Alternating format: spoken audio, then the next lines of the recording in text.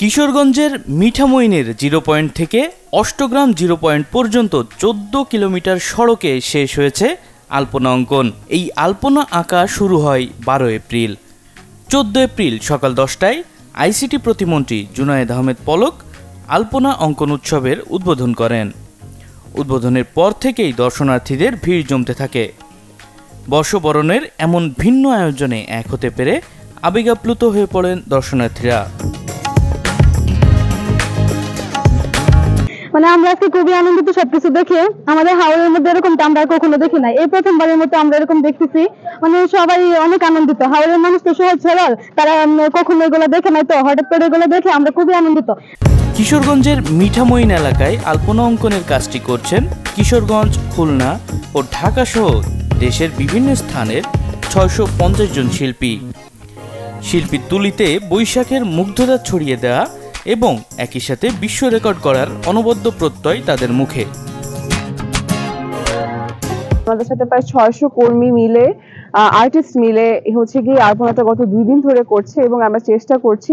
অনেক বড় একটা রাস্তা ভাইয়া, প্রায় 14 কিলোমিটার ধরে জুড়ে আলপনাটা আঁকা হচ্ছে এবং আমরা চেষ্টা করছি এই আলপনার মাধ্যমে বিশ্বের বুকে বাংলাদেশের নাম তুলে ধরার। আমরা ওয়ার্ল্ড রেকর্ড করার জন্য অ্যাটেম্প্ট নিচ্ছি। আপনারা সবাই আমাদেরকে সাপোর্ট দিবেন, আমাদের সাথে থাকবেন। দিন যাবত কাজ করতেছি, রোডের অবস্থা প্রচুর কাজ করতেছি আর খুব আনন্দের সাথে কাজ করতেছি। আমাদের কাজ করতে প্রায় 600-এর মতো কাজ করতেছে।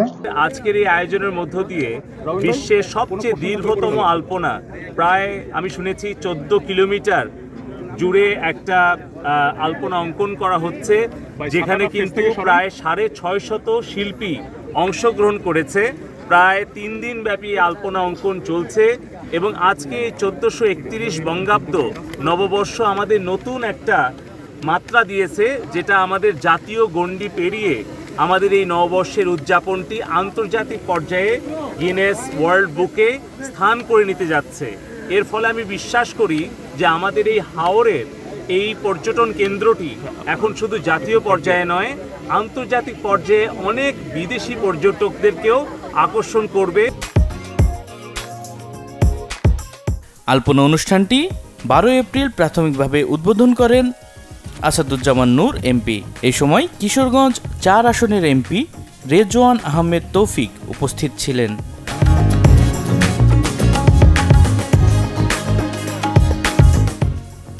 Desk report, channel 24।